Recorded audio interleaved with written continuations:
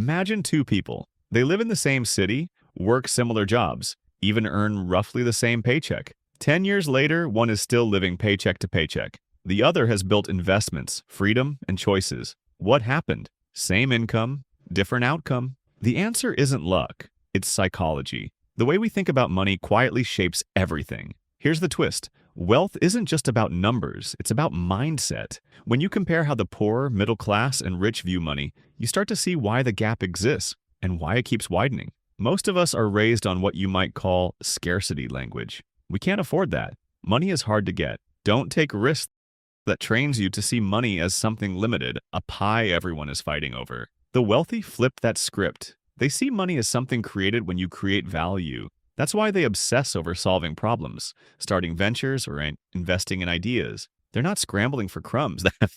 They're baking more pies. It also comes down to time. Most people trade time for money, hours for dollars. But the wealthy guard time as the most precious resource. They use money to buy back time. They put effort into building things, businesses, investments, intellectual property, that keep paying long after the work is done. That's why someone working 60 hours a week can feel trapped, while someone working 20 feels free. It's not about effort, it's about leverage. Here's another mental shift. Defense versus offense. A middle-class mindset says, save more, spend less, be careful. And yes, caution matters, but defense alone doesn't win championships. Wealthy thinkers play offense. They look for ways to grow income, expand networks, and turn risks into opportunities. They still fail, sometimes spectacularly, but failing forward often puts them years ahead of those who never take the shot. And this isn't just about money habits. It's about information. Many people spend hours consuming entertainment. The wealthy spend hours consuming ideas. Warren Buffett once said he spends most of his day reading. Why?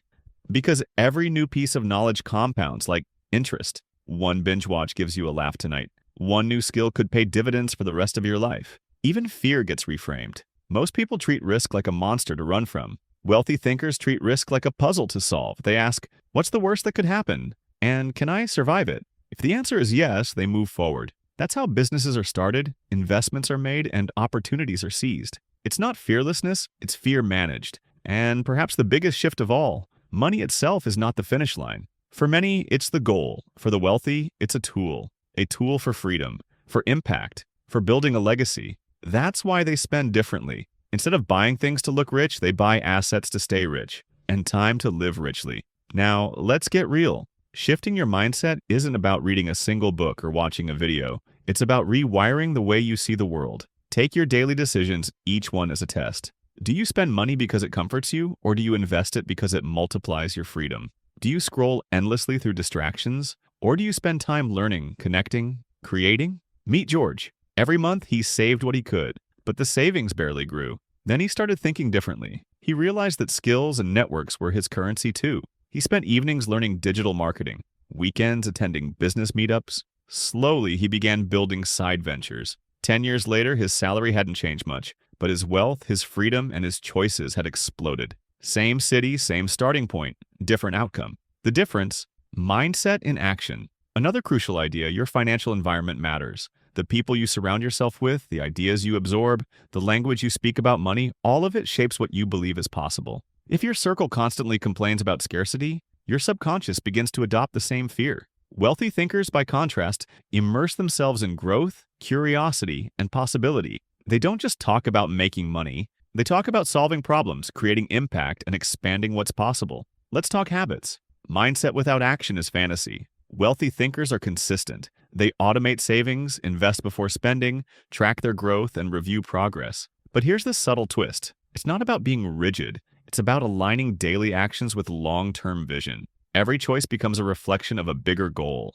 And here's where most people trip up. They think wealth is linear. It's not. It compounds. Ideas compound. Skills compound, relationships compound. One smart decision today can ripple into opportunities decades later. The rich think in decades, the poor in weeks. That perspective alone explains why a modest salary, wisely applied, can create extraordinary freedom. Finally, let's touch on purpose. The wealthiest people don't just chase money, they chase meaning. They see money as a tool to create influence, freedom, and legacy. It's not about ego, it's about agency. And here's the irony. When you shift your thinking from, I need more money, to, how can I create more value? The money almost always follows. So here's the challenge. Start noticing your thoughts. The way you think about scarcity, risk, time, and value, it's all programmable. Rewrite the rules. Ask yourself, am I thinking like someone trapped or like someone who can create? Because wealth isn't just numbers. It's a reflection of your beliefs, your habits, and the stories you tell yourself. And when you finally get this, when your mind truly sees abundance where others see limits, everything changes. The city is the same. The job is the same. The paycheck is the same. But you are not.